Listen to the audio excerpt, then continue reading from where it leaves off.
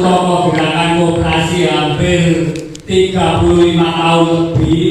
Ini setiap ada hari besar koperasi, ini kami itu memimpikan pemimpin daerah, kepala daerah hadir di tengah-tengah koperasi ini belum pernah ada. Jadi harapan kami mulai Desember kemarin kita menangkan Mas Dito. Mas Dito menang. Mas Dito menang. Terima kasih.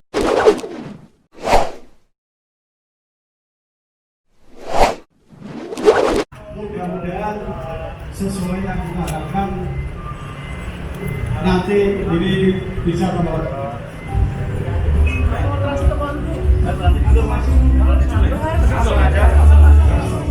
Mengingat 80% mata pencarian masyarakat Kabupaten Kediri itu bertani. Jadi saya bentuk program namanya DITO, Desa Inovasi Tani Organik. Ini nanti awalnya para petani dan Gapoktan itu akan diberikan pembinaan dan pendampingan bagaimana cara pembuatan pupuk organik, penanaman, produksi panen sampai ke komoditas pasar.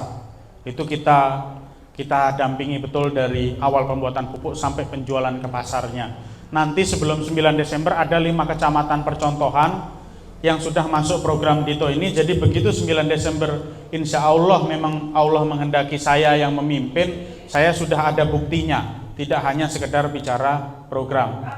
Jadi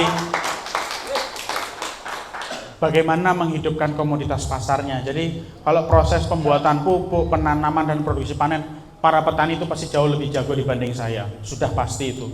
Karena itu pekerjaan beliau-beliaunya. Nah, komoditas pasar inilah tugas pemerintah Kabupaten Kediri. Yang pertama, ada 2 hasil panen yang diprioritaskan. Yang pertama itu beras dan jagung. Itu akan langsung dibeli nantinya oleh BUMD Canda Birawa. Supaya apa? Supaya begitu panen, petani ini tidak perlu ketakutan lagi atas hasil panen yang akan, harga panen yang akan jeblok. Jadi BUMD Canda Birawa ini nanti akan membeli dengan harga yang disepakati oleh petani dan BUMD. Tapi persoalannya lagi dan lagi, manajemen BUMD Canda Birawa perlu dilakukan perombakan. Yang berikutnya, petani nanas, durian, alpukat yang ada di kaki Gunung Kelut sana, ini mengeluhkan distribusinya. Nah, itu nanti setelah proses pembuatan pupuk, penanaman dan produksi panen sudah terlewati, begitu masuk ke distribusi, maka harus ada BUMD Margo Mulyo. Lagi dan lagi persoalannya BUMD Margo Mulyo per hari ini manajemennya juga kurang baik atau bisa saya katakan mati suri. Nah, punya program sebaik apapun di sektor pertanian maupun perkebunan, kalau distributor pupuk, mafia pupuk tidak diberantas, ini tidak akan pernah berhasil. Oknumnya siapa, simpul-simpulnya siapa, ini sudah saya baca sebetulnya. Oknum-oknum yang bermain, yang memonopoli distribusi pupuk, ini saya sudah tahu. Nanti kalau memang ditakdirkan, saya orang pertama yang akan mengejar beliau-beliau ini untuk memberantas mafia pupuk. Lalu yang berikutnya lagi terkait koperasi. Tadi saya sudah diskusi dengan teman-teman Dewan, saya bisik-bisik dengan Pak Wasis, Pak, ini permintaan teman-teman koperasi itu perlu ada perda yang mengatur. Perda yang mengatur untuk koperasi supaya bisa bersinergi dengan Dekopinda. Supaya apa ada perda? Supaya bisa ada alokasi anggaran yang dikucurkan ke koperasi.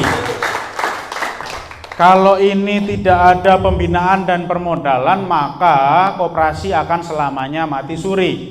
Jadi nanti ini akan jadi modal saya untuk bicara ke teman-teman Dewan, dan pasti saya yakini teman-teman Dewan pun akan memahami hal ini. Yang pertama, kita akan membuat regulasi terkait atau perda terkait koperasi. Begitu sudah ada perdanya, sinergitas antara Dekopinda dengan koperasi ini harus terjaga. Kalau itu sudah ada semua, begitu sudah ada perda, sinergitas sudah terbangun, maka kita bicara alokasi anggaran yang akan dikucurkan untuk koperasi. Begitu ada alokasi anggarannya, maka pemeriksaan pun juga akan semakin diperketat supaya tidak ada yang disalahgunakan. Matur sembah nuwun, monggo kalau ada pertanyaan, kritik dan saran juga pun saya sangat terbuka. Wassalamualaikum warahmatullahi wabarakatuh.